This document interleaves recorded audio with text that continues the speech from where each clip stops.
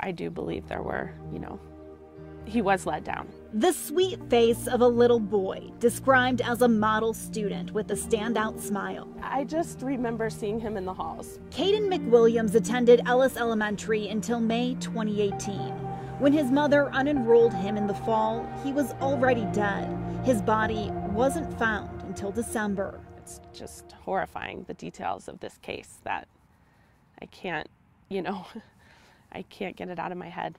Brooke Webb's daughter attends the same school, and the case haunts her. A little boy dead for months, his body found in a storage unit, encased in concrete.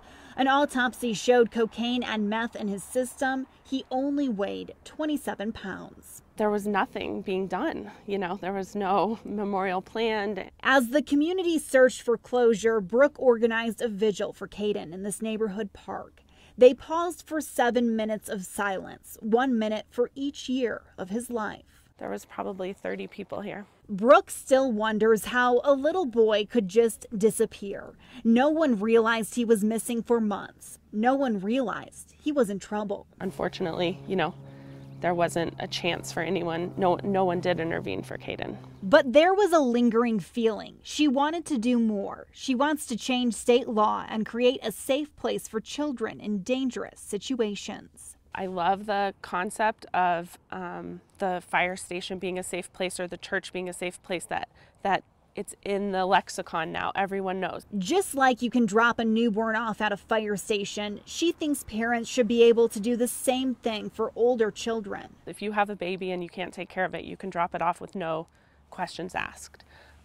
Why isn't that the same for Caden, for a 7-year-old? She hopes the idea could save lives, but Brooke, other parents, and Caden's former teacher want to make sure his life is remembered too. His personality was so bright and so giving that he just really deserves to be remembered in a beautiful way. His teacher, Christina Hafler, says if there was trouble at home, Caden never showed it at school. I would have never guessed that this would have happened to such a sweet, kind boy who he always came to school with a smile on his face, always. Together, they're raising money for a memorial. I think the vision is to have the whole wall kind of between here, like the whole thing painted. A lasting tribute to Caden that would be built at the elementary school he loved.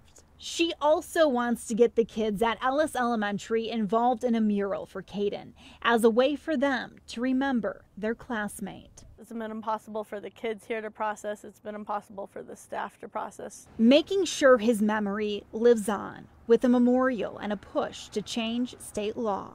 I've heard that Caden really liked dinosaurs, animals, birds, so I think just incorporating some nature into the art and maybe, commemorating him in a plaque, and then having the bench and the tree where, kids can just have peace and happiness when they're at school. Hoping to help other kids, hoping to prevent another tragedy. There are other kids that are facing similar situations to what Caden was facing right now. So there's no reason why we have to wait for another tragedy to happen. Liz Gilardi, Denver 7.